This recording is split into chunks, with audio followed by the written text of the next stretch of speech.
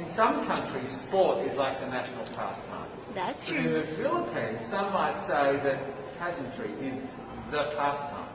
That's true. You know what? In the Philippines, we have pageants all over the places. Yes, we have pageants in the barangay, in school, national, local. That's why we really love Miss Universe. It's like it's giving pride and putting the Philippines back on the pedestal. That's why there's an added pressure as a candidate coming from a pageant-loving country. But it's a good pressure. I always look up to our former Miss Universe Philippines. They really did well in the competition. And now this is my time to show who I am, to offer what Rabiya can show to the rest of the universe. So I'm very happy, and at the same time, I'm excited to make all my kababayans proud, and hopefully I do. Why do you think it is that the Philippines love pageants? They have appreciation for beauty.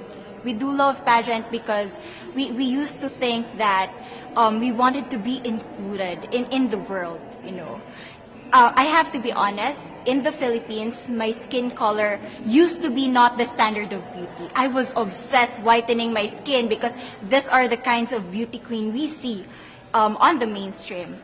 But things were different now. That's why I'm very proud to be a morena. In the Philippines, we call it morena. It's brown skin girl.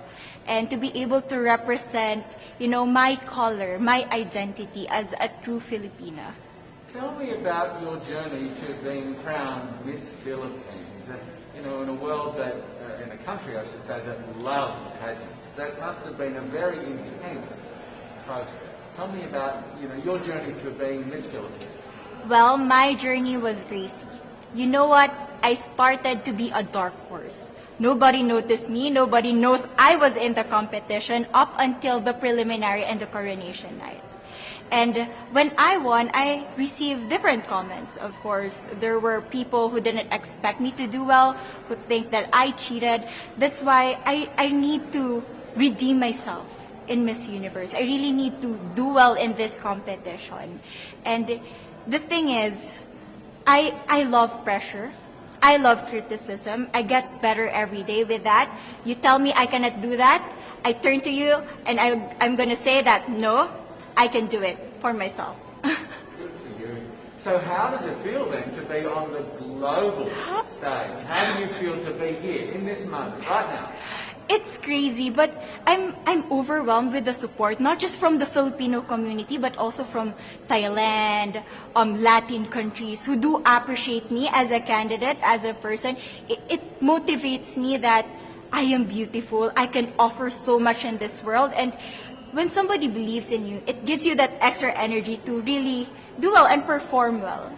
Do you have a sense with the girls, all of the girls competing, you're competing, but is there a sense of camaraderie with all of the girls? Is there a real spirit to, sort of motivate each other to do better?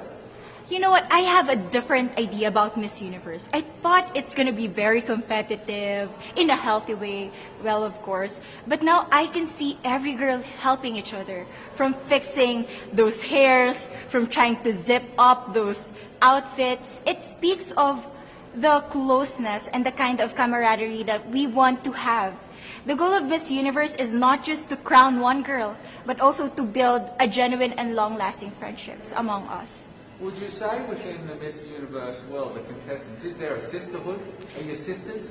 There is sisterhood. I can say I was able to talk to different representatives from different backgrounds, different cultures. And despite our differences, there's so much to be highlighted in what binds us together. And that is because we want to empower women. We want to have our advocacies. We want to speak for the things that we love. And that's a celebration of women and the beauty that we have. So coming out of this week, obviously you would love to be crowned Miss Universe. Of course. And that would be wonderful, of course, for any of you. But what else will you take out of this week? What do you think you'll feel at the end of this week, regardless of the result? How will you be a different person?